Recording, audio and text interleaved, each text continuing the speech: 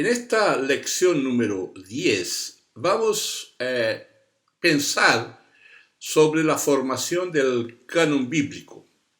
A partir de estas secciones, o en esta lección, o en esta sección, vamos a pensar en este tema. Canon es algo para medir, era la idea de una caña, de un metro, vamos así a entender más fácil.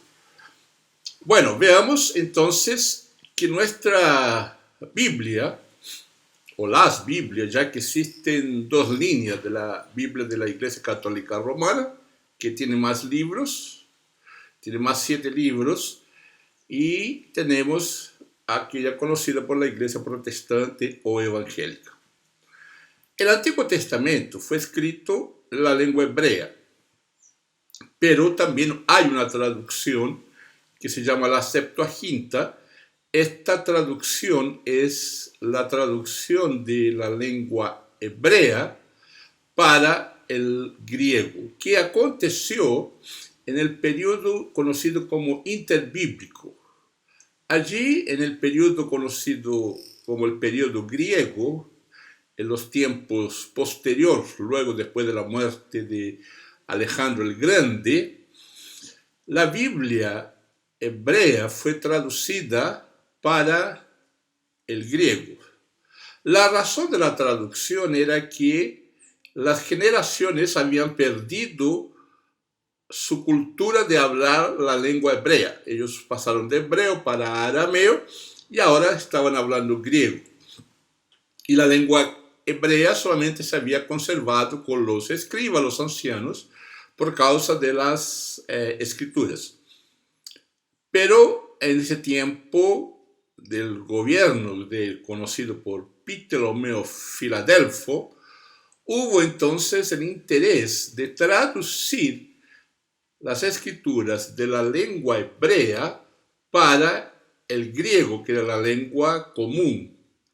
Y esta traducción fue hecha por aproximadamente 70 personas o 70 estudiosos y la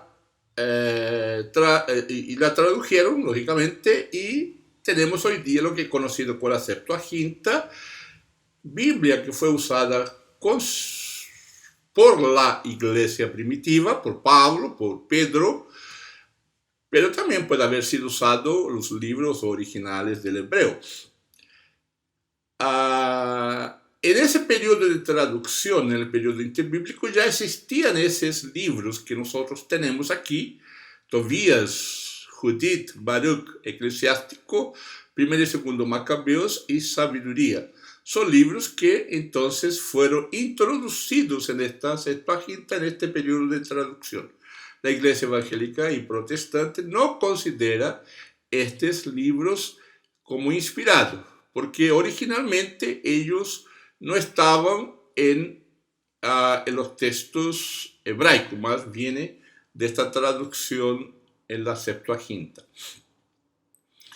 Si a usted le interesa conocer un poco de la historia interbíblica, Primera de Macabeos y Segunda de Macabeos son los libros que retratan un poco la historia del periodo interbíblico. Sería interesante leer estos libros porque traen informaciones que lanzan, colocan alguna luz sobre ese periodo y también algunas cosas interesantes que nosotros vamos a ver en el Nuevo Testamento y que si no leemos estos dos libros, mismo considerando o inspirado o no inspirado, si no conocemos, vamos a perder mucho de las riquezas que el Nuevo Testamento puede dar. De esta manera entonces vino Jesús y ahí hubo entonces la producción, como dije en estas clases, y diremos un poco más adelante, hubo la producción del Nuevo Testamento con la venida de Jesús y con la organización o nacimiento de la iglesia. Los evangelios y las epístolas son 27 libros que fueron entonces reconocidos por la iglesia, o el proceso fue siendo reconocido poco a poco los libros por la iglesia, y tenemos 27 libros del Nuevo Testamento. A los fariseos en el concilio de Jamnia, ellos reconocieron también el Antiguo Testamento, aquel que nosotros conocemos hoy día. Los 39 libros del Antiguo Testamento, más los 7 libros del Nuevo, no inspirado, reconocidos como no inspirados por la Iglesia Evangélica y usados en la Iglesia Católica Romana, tenemos 46 libros, y no 47 como está ahí, un pequeño error de suma, y entonces tenemos estos libros para nosotros conocer, tanto con lo inspirado como lo no inspirado, para conocer lo que conocemos hoy día, historia bíblica. Después de Jesús, entonces, tenemos la producción del Nuevo Testamento, y en el año 400 o quinto século aproximadamente, nosotros tenemos la traducción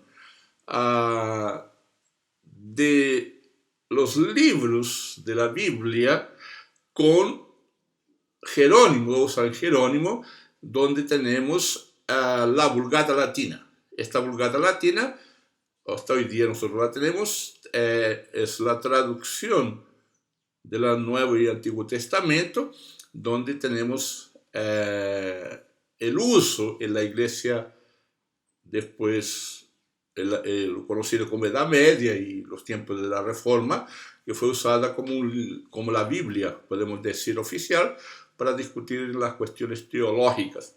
Es evidente que habían también los otros targums, papiros y manuscritos. En 1545-63 hubo lo que se conoce como el Concilio de Trento. Este Concilio de Trento también es conocido como Concilio contra de la Reforma, o contra la Reforma, que fue una respuesta a la Reforma o la tentativa de reforma que Lutero realizó, aunque sabemos que no estaba interesado en dividir la Iglesia, más reformarla. El Concilio de Trento entonces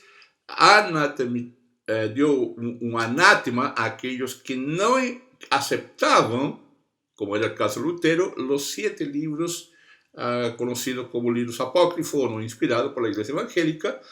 Y entonces, ahí en el Concilio de Trento, podemos decir, la Iglesia Católica Romana definió su canon, la Iglesia Católica, incluyendo esos 7 libros. Los protestantes continuaron manteniendo a los 39 y 27 libros como nosotros conocemos. A partir de ahí, entonces, tenemos esas 2 versiones de las traducciones de la Biblia.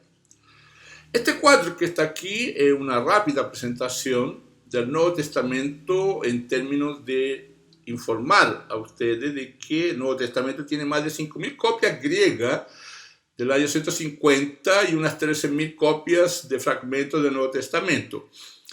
¿Cuál es la idea? Si usted observa en este cuadro, usted va a ver una serie de autores con una fecha y con la copia más temprana que tenemos de ello y el lapso de tiempo que esta escritura aconteció con relación al hecho, vamos a decir. Fue escrito y cuándo fue escrito, o mejor, disculpe, cuándo pasó y el año que se escribió. Y yo quise destacar 2 aquí porque son los más conocidos tal vez para algunos.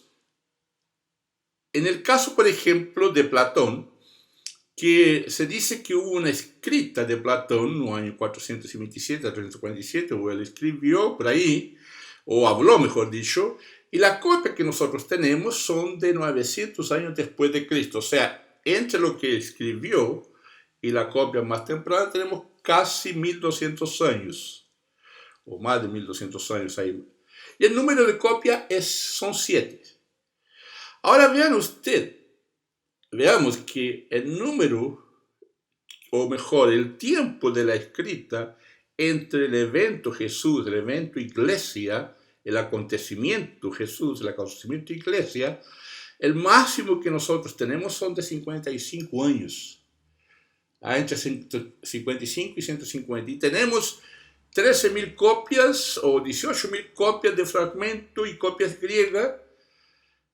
Y las personas dudan de la verdad, de la veracidad, cuando el lapso de tiempo es 55 años y el número de copias es 18.000. Ahora creemos, los profesores, los historiadores, creen en lo que Platón dijo, lo que Platón habló, cuando el número de copias es miles de veces menor, solamente tenemos 7, el lapso de tiempo es mucho mayor, 1200 años, comparado con el tiempo de Jesús y la Iglesia, demoramos 50 años, y las personas creen mucho más en Platón do que en el Nuevo Testamento. Es muy interesante esta comparación. Esta es la idea que yo quiero dejar con ustedes del valor del Nuevo Testamento, específicamente aquí, para que defendamos y sepamos lo que el Nuevo Testamento tiene para nosotros en términos de veracidad.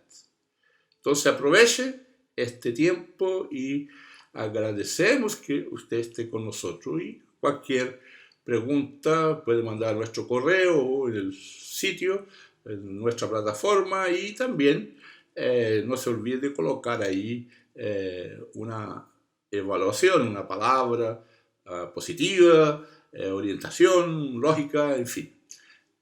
Agradecemos y esperamos en el próximo capítulo, en la próxima lección.